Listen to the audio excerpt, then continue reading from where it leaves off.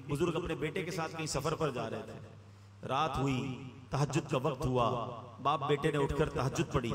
सारे काफले वाले सो रहे थे, सिर्फ बाप बेटे उठे तहज्जुद पढ़ने के लिए।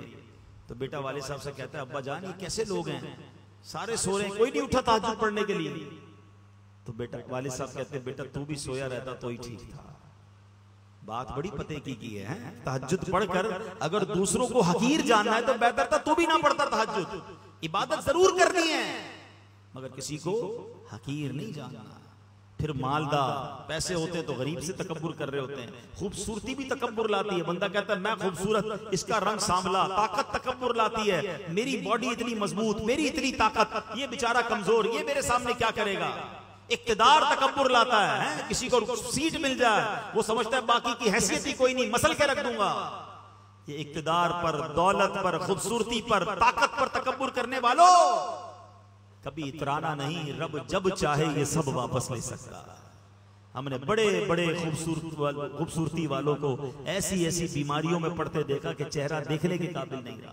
बड़े बड़े ताकतवर पहलवानों को बिस्तर पर पड़ते देखा कि अपने पैरों पे खड़े नहीं हो सकते। बड़े बड़े मालदारों को रातों रात कंगाल होते देखा है। बुजुर्गों से पूछो ये जिनकी जिंदगी गुजरी, उन्होंने देखे होंगे ऐसे कि ज़कात देने वाला दिनों के अंदर ज़कात लेने वाला बन जाता है। कभी भी इतराना नहीं है। जब भी अल्लाह ने कोई नेमत देना, अल्लाह सर झुका रहे, आजिज़ी कि अल्लाह तेरी मेहरबानी, मुझ जैसे गुनाहगार को तूने माल दे दिया है, मुझ जैसे खताकार को इतनी अच्छी शक्ल दी, मुझ जैसे खताकार को इतना बड़ा नाम शोहरत दे दी। तकब्बुर नहीं कि दाना खाक में मिलकर गुले गुलजार होता है। इतराने वाला, घमंड करने वाला बर्बादी होता है।